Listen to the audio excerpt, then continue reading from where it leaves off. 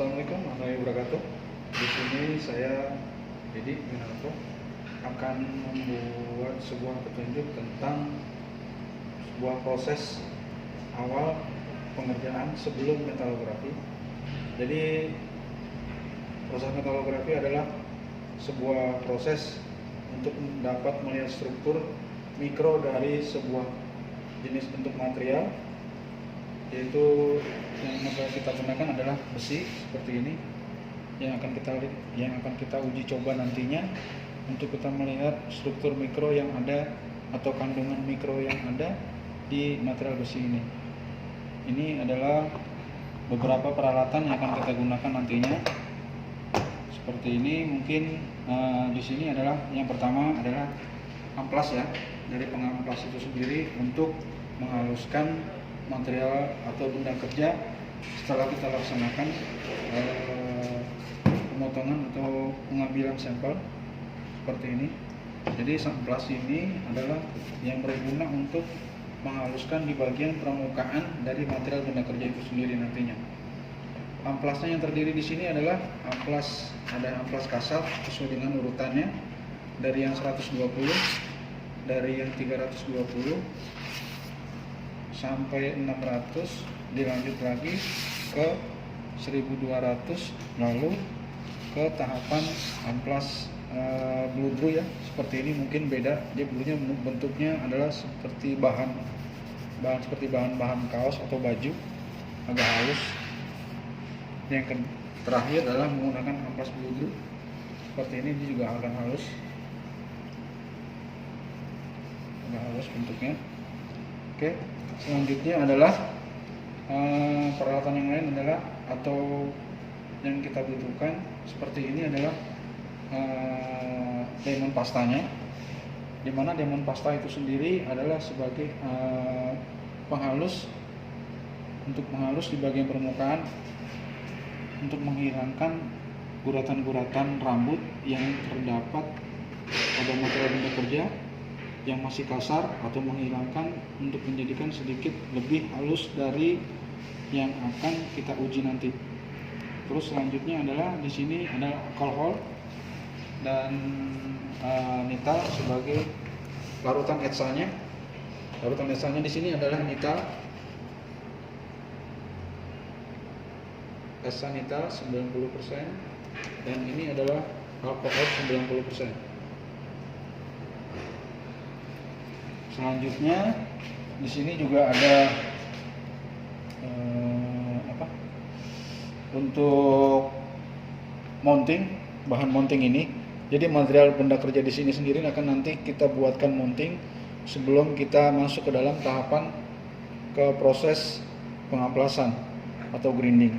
Dimana mounting ini adalah sebagai sebuah pelindung atau pengaman yang kita berikan kepada benda kerja, agar supaya pada saat kita lakukan pengamplasan atau grinding itu di benda kerja, materialnya tidak terjatuh dan terguris mengenai tangan kita sendiri. Untuk keselamatannya seperti itu, karena dalam keadaan kondisi mesin ini berputar, karena di bagian mesin ini nantinya yang kita kerjakan, mesin ini akan berputar sesuai dengan kebutuhan kita sendiri. Seperti ini contohnya, dia berputar, sedangkan pola bekerjanya kita adalah menempelkan benda kerja ke atas disk ini atau disk amplasnya. Jadi benda ini berputar, mesin ini berputar sedangkan kita memegang benda kerja. Jadi jangan sampai untuk menjaga keselamatan kita, benda ini terlepas dengan putaran yang akan kita tentukan nantinya. Oke, lanjut. Nah, itulah sebuah petunjuk tentang penggunaan atau fungsi dari mounting itu sendiri. Oke, lanjut. Mungkin tahapan yang selanjutnya adalah sebelum pengujian metalografi, mungkin tahapan awalnya adalah kita pertama adalah pemotongan sampel, di mana pemotongan sampel di sini sendiri adalah di mana sebuah sampel yang akan kita uji akan kita potong nantinya dengan seberapa jumlah kebutuhan yang akan kita perlukan sebelum masuk ke dalam tahapan mounting. Dan mungkin tahapan yang pertama adalah pemotongan. Setelah pemotongan, pembuatan mounting, Yang ketiga, setelah pembuatan mounting sampai dengan selesai, baru kita yang lanjut ke pengamplasan atau grinding di benda kerja. Mungkin bisa kita uji seperti ini contohnya. Setelah kita potong, kita buatkan mounting menjadi seperti ini. Ini benda kerja yang sudah dimonting seperti ini. Dan mounting ini sendiri sebenarnya adalah sebuah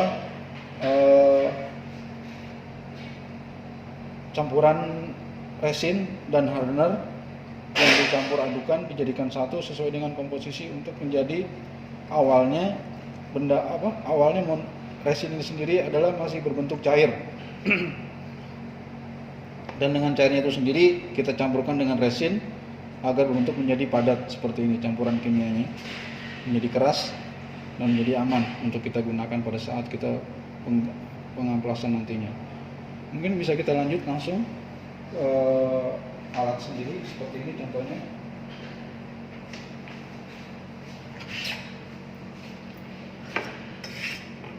Pertama yang kita gunakan adalah pengamplasan kasar untuk menghilangkan guratan bekas. Di sini 120 yang kita gunakan. Amplas pertama awal. Fungsi amplas awal di sini adalah untuk menghilangkan guratan bekas atau dari mesin yang kita gunakan. Kalau kita menggunakan mesin gerinda ataupun mesin gerinda potong, karena bentuknya itu akan menjadi kasar seperti ini. Bentuknya kasar dan tidak menjadi halus. Jadi banyak guratan-guratan bekas mesin yang terjadi di sini. Untuk meratakan awalnya kita gunakan amplas 120. Contohnya seperti ini. Kita pasangkan amplas ini ke dalam disk. Terus kita tutup dengan menggunakan pengaman ini agar supaya amplas ini tidak lepas dari disk waktu berputar.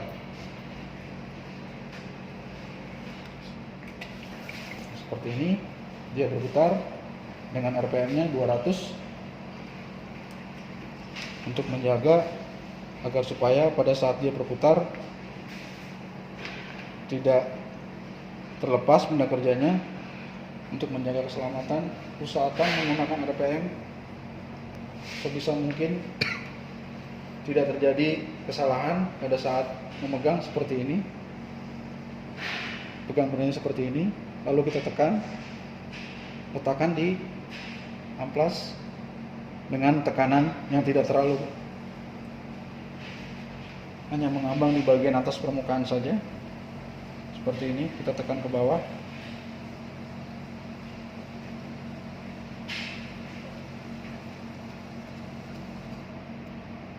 Seperti ini jadinya.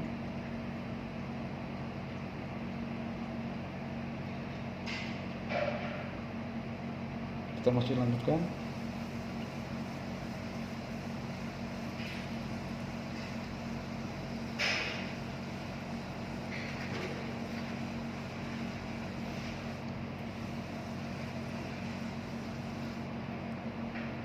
Sambil terus kita amplas menggunakan berulang-ulang.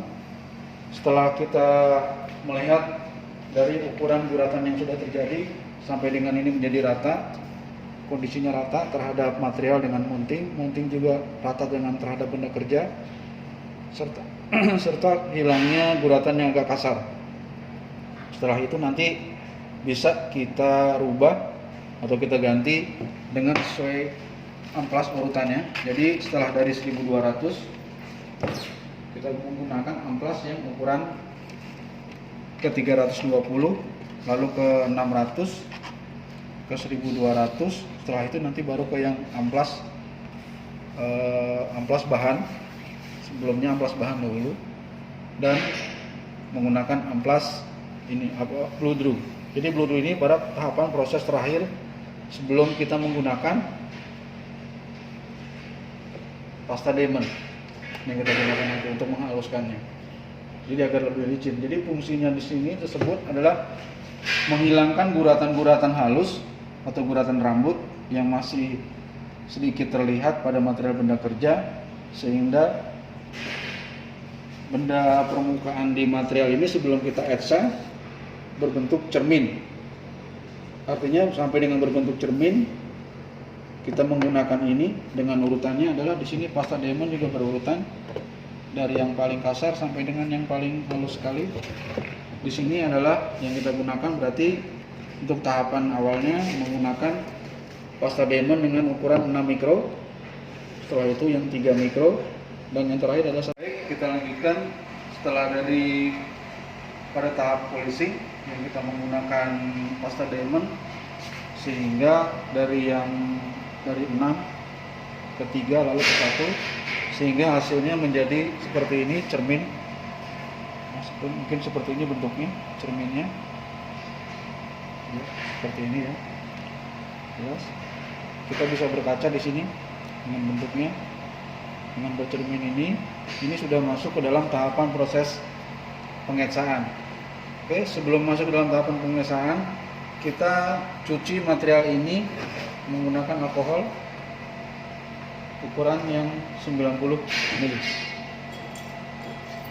Dimana proses di sini adalah agar supaya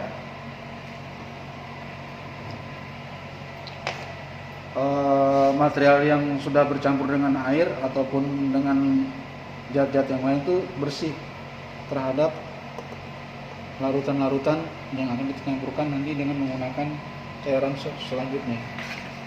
Kita cuci bersih.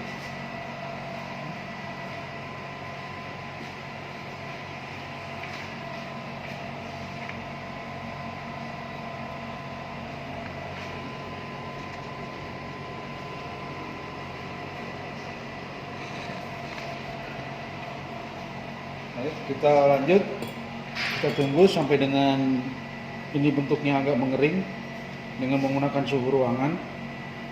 Seharusnya mungkin untuk penggunaan pengeringan ini kita menggunakan hand dryer ya.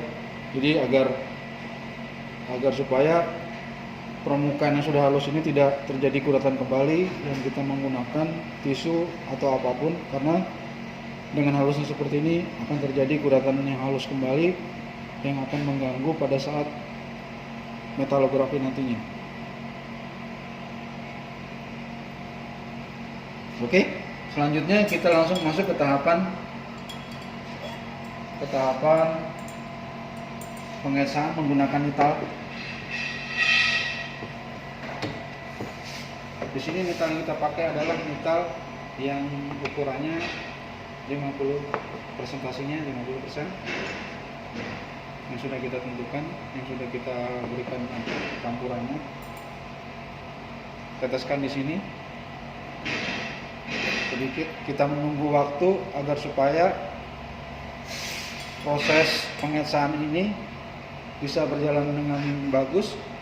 Proses pengesahan maksudnya adalah untuk memberikan guratan halus ataupun membakar permukaan di bagian material yang akan kita metalografi dengan kurun waktu mungkin 1 sampai 2 menit kurang lebih, karena kalau terlalu lebih lama juga akan membuat benda ini akan menjadi terbakar menjadi lebih yang tidak sesuai kita inginkan. Nah, yang menjadi seperti ini hasilnya. Lalu kita akan cuci kembali menggunakan alkohol.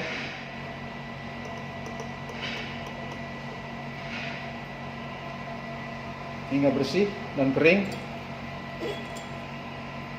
Seperti ini. Bersih dan kering. Setelah itu baru kita masuk ke dalam tahapan proses metalografi. Menunggu material ini menjadi kering dan tidak mengganggu atau mengurangi nantinya yang akan terjadi pada alat metalografi ini atau mikroskop ini.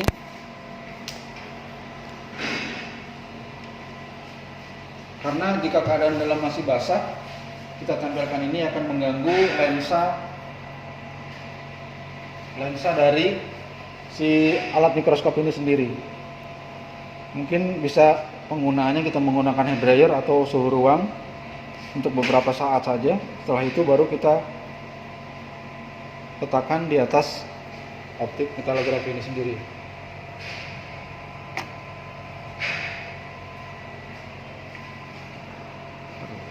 terus.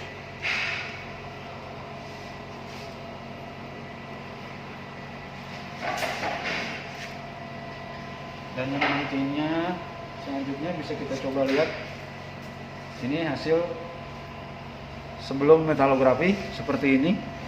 Jadi masih dalam keadaan kita fokus pada ukuran yang paling terkecil.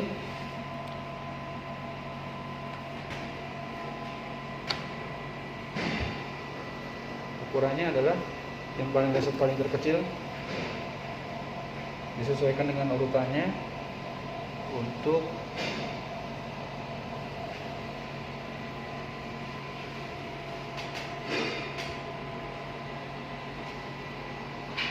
(5 megapiksel). Seperti ini bentuk jadinya, mata yang terlihat. Kita rubah, kita lebih fokus lagi kepada yang ukuran lebih besar. Di sini adalah 10. Bentuk jadinya seperti ini. Jika kita rubah lagi ke yang atas, ukuran yang 20 kali perbesaran,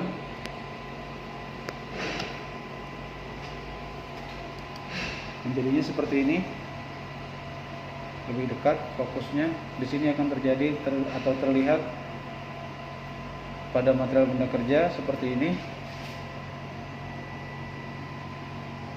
Di sini masih ada terlihat cacat atau rusak yang kurang halus, terjadi akibat guratan dari pada saat polishing. Lebih kita dekatkan kembali ke ukuran yang pendekatan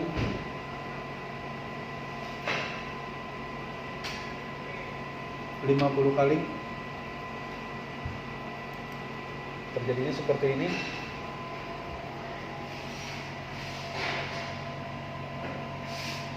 Dia agak bertemu dengan di bagian yang agak sedikit halus. Setelah itu kita coba lagi pendekatan yang menggunakan ukuran 100 kali.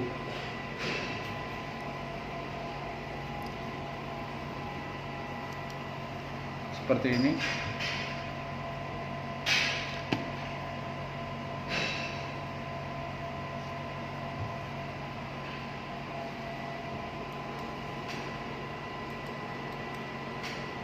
Udah paling besar. Udah. Kaki. Lanjut, setelah kita masuk ke dalam tahapan proses etsa sampai menunggu nanti tadi kita kering, benda kerjanya yang kita letakkan di atas mikroskop atau alat metalografi. Setelah kita etsa, terbentuk seperti ini bagian jadinya dengan ukuran pendekatan optiknya sampai 10 kali pendekatan.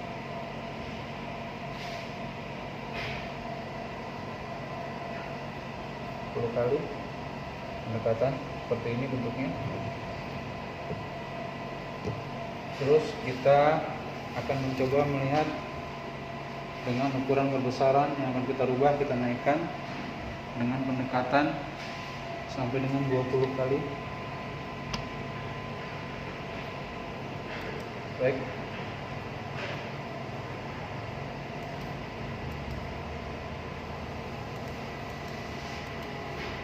Ini yang 20 kali seperti ini, menjadinya seperti ini.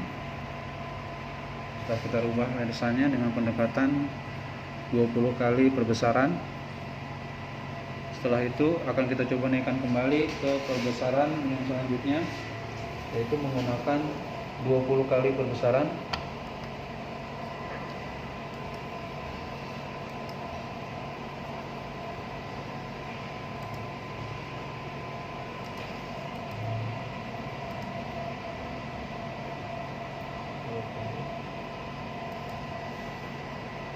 Ya,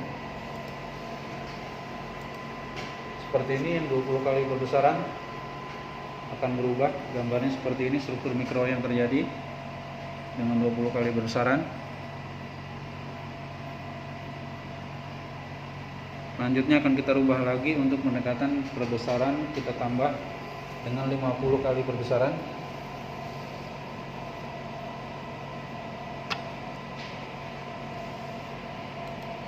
Dengan bentuk jadinya seperti ini.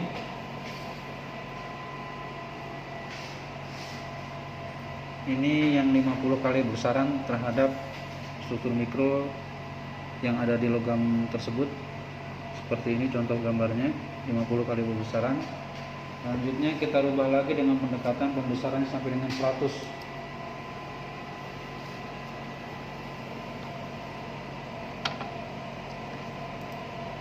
Lanjut 100. Nah, ini adalah perbesaran sampai dengan 100 kali perbesaran terhadap material metal yang sudah kita dapatkan dari metalografi.